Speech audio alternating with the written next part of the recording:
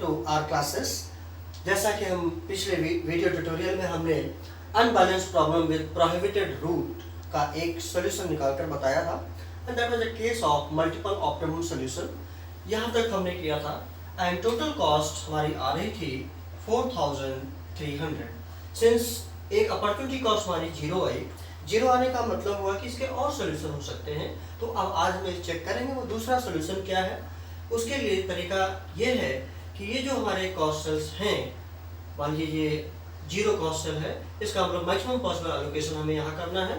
सो यहाँ पर हम लूपिंग करेंगे और इस लूपिंग के लिए जैसा कि तरीका बताया गया है, only one cell should be empty, rest of the cells should be occupied.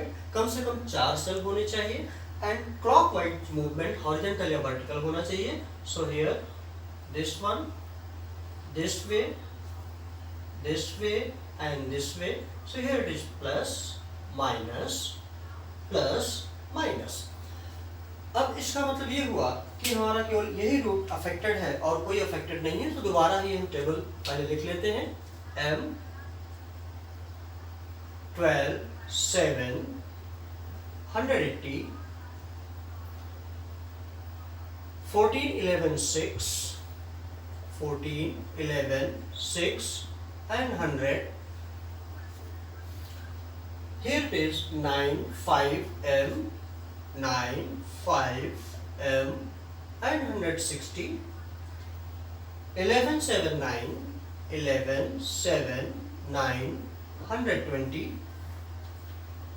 and 0 0 0. This is 100 and 240 200 220 and 660।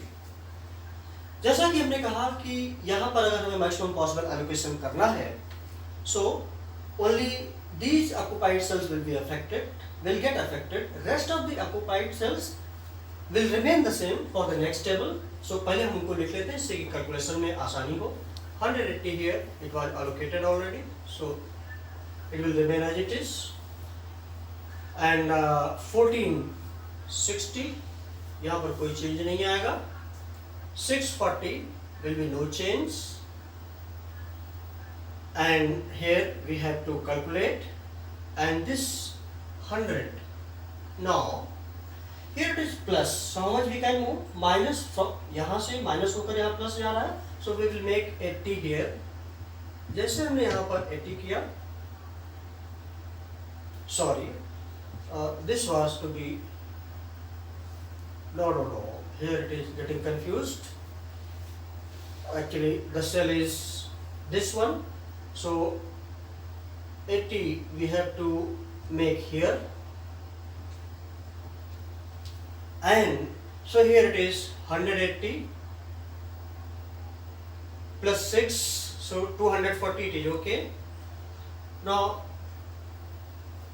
here अब ये 80 यहाँ पर ज़्यादा हो जाएगा, so here we can 80 because ये जैसे यहाँ प्लस किया, सो 80 प्लस यहाँ पर 160 है, यहाँ पर इतना ही है, तो इसका यहाँ 80 माइनस हो जाएगा क्योंकि माइनस साइन भी है। सो 80 हियर, और ये 80 यहाँ के ऐड करेगा एट 7, सो इट बिकम्स 120। और इस तरीके से हमने रीएलोकेशन किया। सो दोबारा देख लेते हैं। 1 2 3 4 5 6 7, सो ये 5 3 8 में से गया 7। सो इस तरीके से हमने रीएलोकेशन किया। अब हम इस पर दोबारा टोटल कॉस्ट देखते हैं कि कितनी आती है, क्योंकि जब भी हम रीएलोकेशन करें, टेबल इम्प्रूव करें, तो हमें टोटल कॉस्ट में जरूर कैलकुलेट करनी चाहिए। So here the total cost is this one, so 126, so that's 84, 840, 240, 9 8, this is getting confused, UI is still remaining here, it will confuse. So that was of previous table, so here 9 8 720, 5 8 There are 400 and here 840. This is 0. So 1, 2, 3, 4, 5, 6, 7. So here it is 0. 4 2 6 4 10 7 14 6 20 2 8 10 4 14 7 4 11 21 2 23 8 31 2 33. Again 43 here. That means reallocation करने पर cost पर कोई फर्क नहीं आया.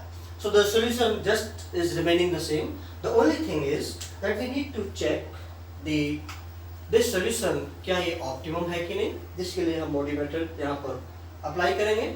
So UI and VJ हम calculate करेंगे. जैसा कि पीछे वीडियो हमने बताया था, Cij is equal to UI plus VJ. हमें किसी भी UI या VJ को 1 मान लेना होगा. मान लीजिए इस बार हम इसको 1 या 0 मान लेते हैं, इसको हमने 0 मान लिया. So here it is, this one is 1 3. So C13 is equal to U1 plus V3. So C13 is 7, U1 is 0, V3 is 7. That means here it is 7. So that way 0 plus 7, that is 7. 6. So here 7 minus 1. 7 minus 1 is 6. अब इस तरीके से minus 1 and 14. So here 15. 15 minus 1 is 14. 15 minus 6. 15 minus 6, that is 9. अगर आप इसको भी calculate करें तो आपको इससे हम एक और करके दिखा देते हैं. This is C31. So here C31 is equal to U3 plus V1. C31 is 9. U3, that is to be found out, and V1 say it is 15. अब ये इधर आएगा. सो 9 में से 15 में से 9 गया 6, -6, इसलिए यहाँ पर ये -6 हुआ. सो -6 and 5, that is 11. 11 minus 6 is 5. सो इस तरीके से V1, V2, V3 हमने कैलकुलेट कर लिया. अब हम यहाँ से ये ऑक्युपाइड सेल है. सो 11 7 7 4 11. तो 11 में से 4 गया 7, ये हो गया. 15 minus 15, 15 minus 15 is 0. So V1, V2, V3, U1, U2, U3, U4, U5. इस तरीके से हमने कैलकुलेट कर लिया. अब हम कैलकुलेट करेंगे opportunity cost for all the empty cells, जिसके लिए कि हम डेल्टा Ij से अपॉर्चुनिटी कॉस्ट कैलकुलेट करते हैं. पिछले वीडियो में हमने बताया था formula is UI plus Vj minus Cij. So here first empty cell is this one. एक करके हम दिखाते हैं और कैसे डायरेक्ट करते हैं वो भी हम आपको बताएंगे. Say this is 1 2. So delta 1 2 is equal to U1 plus V2 minus C1 2. So here U1 is 0, V2 is 11 minus C1 2 is 12. That is minus 1. So here it is minus 1. इसको हम square में लिख सकते हैं -1. ठीक इस तरीके से this is occupied, this is occupied, this is unoccupied. So here 11 minus 1, that is 10 minus 1. So here it is minus 1. यहाँ की कल जरूरत नहीं है. यहाँ पर 15 minus 4, that is 11. 11 minus 11 is 0. Here it is 7 minus 4, that is 3 minus 9 minus 6. 11 minus 15 minus 4. 7 minus 15 minus 8. सो आप इस स्टेज पर भी अगर आकर देखें, ये 0 यहाँ हो गया. सारे एम्प्टी सेल्स की हमारी अपॉर्चुनिटी कॉस्ट नेगेटिव है. इसका मतलब ये सॉल्यूशन तो ऑप्टिमम है. That is TC is equal to 4300. This is optimum. का मतलब इससे नीचे कॉस्ट नहीं जा सकती, यही है. लेकिन पहले 0 हमारे इसके पहले सॉल्यूशन में 0 यहाँ था, अब वो 0 शिफ्ट होकर यहाँ हो गया, यानी कि 0 यहाँ से यहाँ आ रहा है. इसका मतलब जो हमारा मल्टीपल सॉल्यूशन है, that multiple solution is actually the same. Technically हम यूनिक नहीं कर सकते, लेकिन luckily that is 4300. So that's how you might have understood in very easy and clear steps कैसे हम वॉगेल अप्रॉक्सीमेशन मेथड से कॉस्ट निकालते हैं एंड मॉडिफाइड डिस्ट्रीब्यूशन मेथड से कैसे हम ऑप्टिमैलिटी चेक करते हैं किसी भी ट्रांसपोर्टेशन प्रॉब्लम की. वैसे तो ये अनबैलेंस्ड एंड प्रॉफिटेड रूट की प्रॉब्लम थी। आई होप दैट आपको ये पसंद आया होगा, और अगर आपको ये समझ में आया, पसंद आया, तो ज़रूर सब्सक्राइब करें, कमेंट करें। Thank you very much, have a nice time, thank you for watching.